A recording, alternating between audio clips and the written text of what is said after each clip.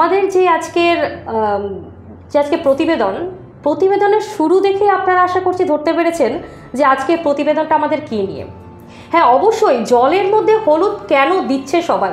আজ সমাজ মাধ্যম খুলে যখনই আমরা সমাজ মাধ্যম করছি, পুরো নিউজ ফিড, পুরো জায়গাতে আমরা শুধু একটাই ট্রেন্ডিং দেখতে পাচ্ছি, একটা ফোন, তার উপরে একটা গ্লাস, যেমন আপনাদেরকে ভিডিও শুরুতে দেখানো হলো, এবং সেখানে সুন্দর একটা লাইট হচ্ছে, সুন্দর লাগছে দেখতে, সবাই ট্রেন্ডিংয়ে গা ভাসাচ্ছে, বুড়ো থেকে কচি থেকে সমস্ত মানুষজন ট্রেন্ডিংয়ে গা ভাসাচ্ছে।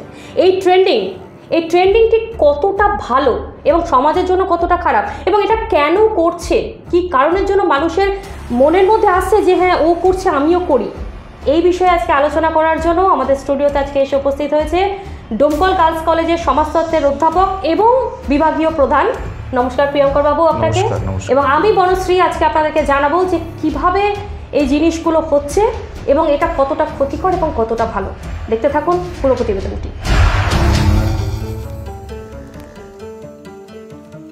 এই যে সোশ্যাল মিডিয়া খুললেই জলের মধ্যে হলুদ মিশিয়ে ভিডিও, যেটা আমরা দেখলাম শুরুতেই, একদম ভিডিও শুরুতে, তো আপনার একজন সমাজতত্ত্ব অধ্যাপক হিসাবে এবং বিভাগীয় প্রধান হিসাবে এটা আপনার কী রকম মতামত, মানে এটা কেন করছে সবাই? বিষয়টা হচ্ছে যে সমাজতত্ত্বের দৃষ্টিভঙ্গি থেকে, বা বলা ভালো সমাজতত্ত্বের যারা তাত্ত্বিকদের সেই ভাবনা থেকে অনেক জায়গা ধরেই বিষয়টাকে ব্যাখ্যা করা যায়। তবে আমি স্পেসিফিক্যালি দু তিনটে জায়গা ধরে আমি বিষয়টাকে ব্যাখ্যা করব। এই ট্রেন্ডিং বলুন বা এই যে রিল ভাইরাল হওয়া বলুন, সব জায়গাগুলোকে একসাথে ধরেই আমি একটু ব্যাখ্যা করার চেষ্টা করব। সেটা হচ্ছে যে প্রথমেই আমাদের অত্যন্ত বিখ্যাত একজন সমাজতাত্ত্বিক রয়েছেন, তার নাম পিয়েরে বোর্দো। পিয়েরে বোর্দের একটা খুব গুরুত্বপূর্ণ কথা রয়েছে তার তত্ত্বের মধ্যে, সেটা হচ্ছে কালচারাল ক্যাপিটাল। কালচারাল ক্যাপিটাল বিষয়টা কি? কালচারাল ক্যাপিটাল বিষয়টা হচ্ছে, আমরা যেরকম ইকোনমিক ক্যাপিটালের কথা জানি, যে অর্থনৈতিক একটা শক্তি বা অর্থনৈতিক একটা বুনিয়াদ। কালচারাল ক্যাপিটালটা হচ্ছে ঠিক মানুষের জীবনে অর্থনৈতিকভাবে প্রভাবশালী যেরকম মানুষ হতে চায়, সেরকম সাংস্কৃতিকভাবেও মানুষ প্রভাবশালী হতে চায়। সেই জন্য আমরা গান বাজনা, আমাদের নলেজ, এই সমস্ত বিষয়গুলো এই কালচারাল ক্যাপিটালের মধ্যে আসছে।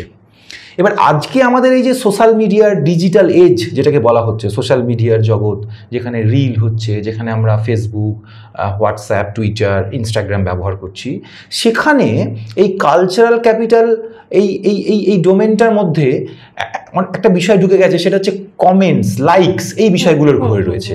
মানে আমরা ভাবছি আমাদের কালচারাল ক্যাপিটালটা নির্ণয় হচ্ছে আমাদের ছবিতে কতগুলো লাইক আছে, ছবিতে কতগুলো কমেন্ট আছে, আমরা কতটা ভাইরাল, এবং কতগুলো ভিউ হচ্ছে, এবং তার মানে কি, তার মানে সোসাইটির কাছে আমরা কতটা গ্রহণযোগ্যতা পাচ্ছি, এবং সোসাইটির এই ডিজিটাল সোসাইটির কাছে আমরা কতটা গ্রহণযোগ্যতা পাচ্ছি, এর নির্ণায়ক হিসেবে আমরা এই জায়গাগুলোকে ব্যবহার করছি।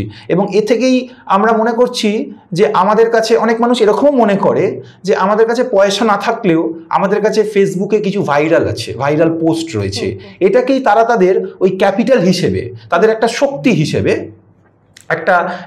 একটা ক্ষমতার মানদণ্ড হিসেবে যদি আমরা বলি, তাহলে ব্যবহার করে। আচ্ছা, এই যে ট্রেন্ডিং চলছে, ট্রেন্ডিং একটা শব্দ, এই ট্রেন্ডিংটা ঠিক কতটা ক্ষতিকর একজন সমাজের পক্ষে, বা কতটা এটা উপকার বলে আপনি মনে করছেন? হ্যাঁ, ক্ষতির জায়গাটা বিষয়টা হচ্ছে যে, হ্যাঁ, ক্ষতির জায়গাটা তো অবশ্যই, যেরকম কোনো সমাজের পক্ষে যদি কোনো নেতিবাচক ঘটনাগুলো ঘটে, সেইটার মধ্যে যদি গোটা সমাজ বা গোটা সমাজের কোনো একটা বয়সের মানুষ, ছেলে বা মেয়েরা যদি গা ভাসায়, ট্রেন্ডিংয়ে গা ভাসায়, তাহলে সেটা তো অবশ্যই সমাজের পক্ষে ক্ষতিকারক।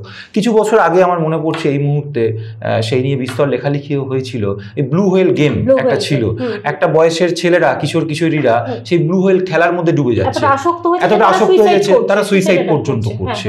তার মানে কি? তার মানে এটাও সেই কালচারাল ক্যাপিটাল দিয়ে ব্যাখ্যা করা, যে আমি ব্লু হোয়েল গেমে যদি আমি উত্তীর্ণ হতে পারি, ব্লু হোয়েল গেমটাকে যদি আমি ভালো করে পার করতে পারি প্রত্যেকটা স্তরকে, তাহলে আমার কাছে সেই কালচারাল ক্যাপিটালটা রয়েছে। আমার কাছে ইকোনমিক ক্যাপিটাল নাও থাকতে পারে, কিন্তু আমার কাছে কালচারাল ক্যাপিটাল রয়েছে।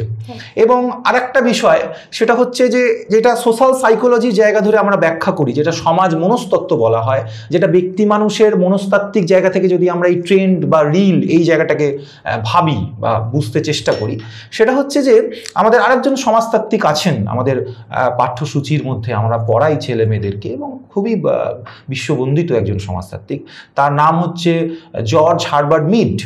সেই জর্জ হার্বার্ট মিডের একটা মাইন্ড, সেলফ অ্যান্ড সোসাইটির একটা বিখ্যাত বই, এবং তার মধ্যে প্রেজেন্টেশন অফ লাইফ এই জায়গাটায় সেলফ মানে আত্ম এই জায়গাটাকে বোঝানো হচ্ছে।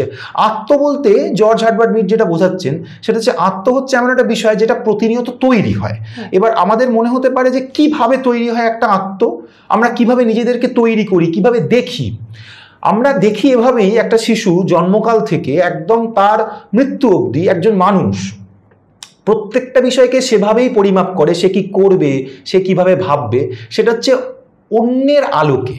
মানে আমরা সোসাইটিতে সেই বিষয়গুলোই করি যেগুলো অন্যরা মান্যতা দেয়। আচ্ছা, মানে আমরা যেরকম যদি খুব উদাহরণস্বরূপ বলি যে বাড়িতে যদি আমরা কোনো রকম কোনো এটা হয় না যে উঠতি বয়সে একটা খারাপ কিছু করলো বা রেজাল্ট খারাপ হলো, গার্জেনরা বলে যে পাড়ার লোক কি বলবে। এক্স্যাক্টলি, এই যে একেবারেই তাই। আমরা যে কোনো কাজ করি, সেই কাজ আমরা করি মানে অন্যরা কি বলবে তার ভিত্তিতে আমাদের সেলফটাকে আমরা প্রতিনিয়ত তৈরি করি, আত্মটাকে আমরা তৈরি করি। এবার এইখানে এই যে একটা ট্রেন্ড, একটা এই যে ট্রেন্ড হলো, আপনি এই যে জলের মধ্যে ফ্ল্যাশ লাইট জেলে হলুদ দিয়ে যে একটা ট্রেন্ড বা 2-3 দিন ধরে আমরা দেখতে পাচ্ছি ভাইরাল হয়ে যাচ্ছে, সেটার পেছনে কারণটা কি? যারা সোশ্যাল মিডিয়াতে সক্রিয়, যারা ভাইরাল হতে চায়, তারাও ওই সোশ্যাল মিডিয়া কমিউনিটির থেকে, সোশ্যাল মিডিয়া গোষ্ঠীর কাছে তারা গ্রহণযোগ্যতা পেতে চায় এবং তারা অ্যাকসেপ্টেড হতে চাইছে যে আমরা এমন কোনো কাজ করব যেটা অপরে, যেটা সোশ্যাল মিডিয়ার ক্ষেত্রে গ্রহণযোগ্যতা পাবে, এবং সেভাবেই তারা তাদের সেভাবেই তারা তাদের আত্মটাকে তৈরি করছে। এবং এই আত্মগঠনের প্রক্রিয়াটা কিন্তু একেবারে সারা জীবনকাল ধরে মানুষের ক্ষেত্রে চলে, সারা জীবনকাল ধরে। এবং প্রত্যেকটা ঘটনায় দেখুন এখন যে বিষয়গুলো ভাইরাল হয়, আমরা কেন ভাইরাল করি? আমরা অনেক বিষয়কে যুক্তি দিয়ে না বুঝেও সেই বিষয়গুলোকে ভাইরাল করে দিই। কেন ভাইরাল করি? কারণ অপরে সেই বিষয়টা গ্রহণ করেছে, এবং আমি যদি সেই কাজটা করি, আমরা মনে করি যে অন্য মানুষও সেই কাজটাকে মান্যতা দেবে, সেই কাজটাকে প্রশংসা করবে। কিন্তু তার মধ্যে কোনো নেতিবাচক কি ইতিবাচক দিক আছে সেই বিশ্লেষণে আমরা যাই না। সেভাবে আমাদের আত্মটা তৈরি হয়, এভাবেই সমাজের একটা বুনিয়াদ, একটা গঠন কিন্তু তৈরি হয়ে যাচ্ছে। আমি বলবো যে বিএনএন এর দর্শকদেরকে যে আপনি আমাদের কাছে যখন আমরা পেয়েছি আপনাকে একজন সমাজতত্ত্ববিদ একজন হিসাবে, তো আমি জিজ্ঞাসা করবো আপনাকে যে আমাদের বিএনএন এর দর্শকরা রয়েছে এবং যারা আমাদের ছোট সদস্য রয়েছে এবং যারা বড় সদস্যরা রয়েছে, এই যে ট্রেন্ডিংটা তারা কিভাবে করলে তাদের জীবনের উপর কোনো রকম বিপর্যয় নেমে আসবে না এবং তারা কোনো রকম অবস্থার মধ্যে তারা গিয়ে মানে কোনো একটা খারাপ পরিস্থিতির মধ্যে পড়বে না, এটা যদি আপনি একটু বিশ্লেষণ করেন। হ্যাঁ, একেবারেই তাই। এই যে কথাটা আমি বললাম যে আত্মগঠনের প্রক্রিয়া একটা, এবং এই আত্মগঠনের প্রক্রিয়াটা একটা শিশুর থেকে তো শুরু হচ্ছে সেক্ষেত্রে। এবং এখন আমরা দেখতে পাচ্ছি অদ্ভুতভাবে আমাদের এই ডিজিটাল এডে, যখন আমাদের স্মার্টফোন আমাদের হাতের মুঠোয় চলে এসছে, একটা 6 বছর 7 বছর 8 বছরের কিশোরের হাতেও আমরা স্মার্টফোন দেখতে পাচ্ছি। সেই জায়গায় বাবা মায়ের সচেতন হওয়াটা প্রয়োজন। এবং এই যে অপর, মানে যে অপরকে দেখে, অন্যকে দেখে আমরা ভাবছি যে কোন জায়গাটা আমাদের কাজটা মান্যতা পাবে না, এবং শিশুদের ক্ষেত্রে তো এই জায়গাটা সাংঘাতিক পরিমাণে রয়েছে। তাহলে বাবা মায়ের, প্যারেন্টসদের সেক্ষেত্রে খুব সচেতন থাকতে হবে, এবং তারা শিশুকে শেখাবে যে এই কাজটা মান্যতা পাবে তুমি যদি করো, আর এই কাজটা মান্যতা পাবে না, মানে কোনটা তোমার কাজটা অ্যাকসেপ্টেড হবে সোসাইটিতে, কোনটা হবে না। তাহলে সেভাবেই যতই কিছু ট্রেন্ড হোক না কেন, ভাইরাল হোক না কেন, সেটা যদি নেতিবাচকও কোনো ট্রেন্ড বা ভাইরাল হয়, যেগুলো যুক্তি দিয়ে বিশ্লেষণ করে দেখলে সেগুলো নেতিবাচক বা সমাজের পক্ষে সেটা ক্ষতিকারক, বা একজন শিশুর মনস্তত্ত্বের মানসিক বিকাশের পক্ষে ক্ষতিকারক, কিন্তু সেই জায়গায় যদি তাদের বাবা মায়ের একটা প্রভাব থাকে, তাদের বাবা মায়ের একটা নিয়ন্ত্রণ থাকে, তাহলে শিশুর সেলফ গঠনটাও, আত্মগঠনটাও সঠিক পথে হবে। এটা শিশুদের ক্ষেত্রে। আর অবশ্যই যারা আমরা অনেক বড় মানুষও যারা আজকে ট্রেন্ডে গা ভাসাচ্ছি, সেক্ষেত্রে দেখুন, আর আমাদের এই মডার্ন পৃথিবীতে আরেকটা বিষয় আছে, সেটা হচ্ছে হাইপার রিয়ালিটি। হাইপার রিয়ালিটি মানে হচ্ছে আমরা অতি বাস্তব। এটাও আমাদের একজন সমাজতাত্ত্বিক বদ্রিলাদের প্রদত্ত তত্ত্ব আর কি, হাইপার রিয়ালিটি শব্দটা প্রদান করেছিলেন। হাইপার রিয়ালিটি মানে হচ্ছে আমরা জানি এটা বাস্তব নয়, কিন্তু তবুও আমরা তার মধ্যে ডুবে থাকছি, আমরা বাস্তবকে ভেঙে দিতে চাইছি। যেরকম এই যে ডিজনিল্যান্ড, খুব ফেমাস ডিজনিল্যান্ড, এবং ডিজনিল্যান্ড তো অনেক বিদেশের একটা বিষয়। আমি যদি বর্তমানেও আমাদের আমাদের কলকাতার মধ্যে একটা কথা বলি, হয়তো আপনারা শুনে থাকবেন, একটা আইস পার্ক একটা গঠিত হয়েছে, একটা নির্দিষ্ট মলে আইস পার্ক গঠিত হয়েছে। আমি দেখছিলাম কিছু ভিডিও আমার কাছে আসছিল, সেখানে সেই গরমের থেকে বাঁচার জন্য মানুষ সেই আইস পার্কে গিয়ে মজা নিচ্ছে, -3°C বরফ জমে রয়েছে। তার মানে কি আমরা জানি এটা বাস্তব নয়, কিন্তু সেটা কি আমরা বাস্তবটাকে তৈরি করছি, এটাকে অতি বাস্তবের মধ্যে আমরা বাঁচতে ভালোবাসছি। এটা সমাজের উপর কতটা ক্ষতিকর? সমাজের মধ্যে অবশ্যই ক্ষতিকারক। সেটা হচ্ছে যে যেহেতু অতি বাস্তবের সাথে আমরা অতি বাস্তবের মধ্যে বাঁচতে চাইছি, অতি বাস্তবকে আমরা নিজেরা গ্রহণ করে নিয়েছি, কিন্তু বাস্তবটাই তো বাস্তব, সেখানে আমাদের ফিরে আসতে হবে। ক্ষতিকারক হচ্ছে যখন আমরা বাস্তবে ফিরে আসছি আর সেই অতি বাস্তব জিনিসগুলোকে পাচ্ছি না, তখন আমরা হীনমন্যতায় ভুগছি।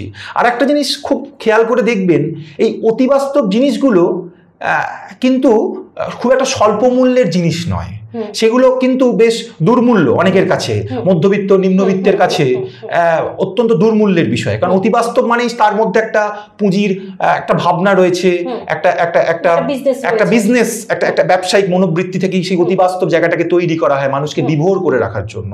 তো সেই বিভোর করে রাখা থেকে যখন মানুষ আবার বাস্তবে ফিরে আসে, তখন তার মধ্যে একটা অবসাদগ্রস্ততা আসতে পারে। এইটা প্রচন্ড ক্ষতিকারক, সাংঘাতিক ক্ষতিকারক। আমরা পাচ্ছি না, কিন্তু আমরা পেতে চাইছি সেই অতি বাস্তবটাকে, কিন্তু আমরা পাচ্ছি না। কিন্তু আমাদের বাস্তবটাই তো আমাদের কাছে বাস্তব, সেই সাধারণ যে জীবনযাপন, সেটার মধ্যে আমাদের চলাফেরা করতে হবে।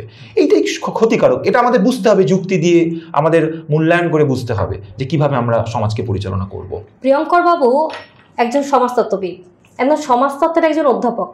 তিনি খুব ভালোভাবে আমাদের কাছে বুঝিয়ে দিলেন।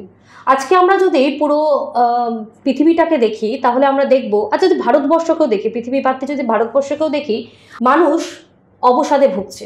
তার কিন্তু একমাত্র কারণ এই ট্রেন্ডিংয়ে গা ভাসানো ভালো। বাচ্চাদেরকে, আমরা যারা গার্জেনরা আছে তাদেরকে আমরা বলবো নিয়ন্ত্রণে রাখতে, অভিভাবকদেরকে বলবো নিয়ন্ত্রণে রাখতে, এবং আত্মটা এমনভাবে তৈরি করুন যেন অতি বাস্তবটাকে না গ্রহণ করে, সেজন্য বাস্তবটাকে মেনে নিতে সক্ষম হয়। নমস্কার, ভালো থাকবেন, দেখতে থাকুন BNN TV।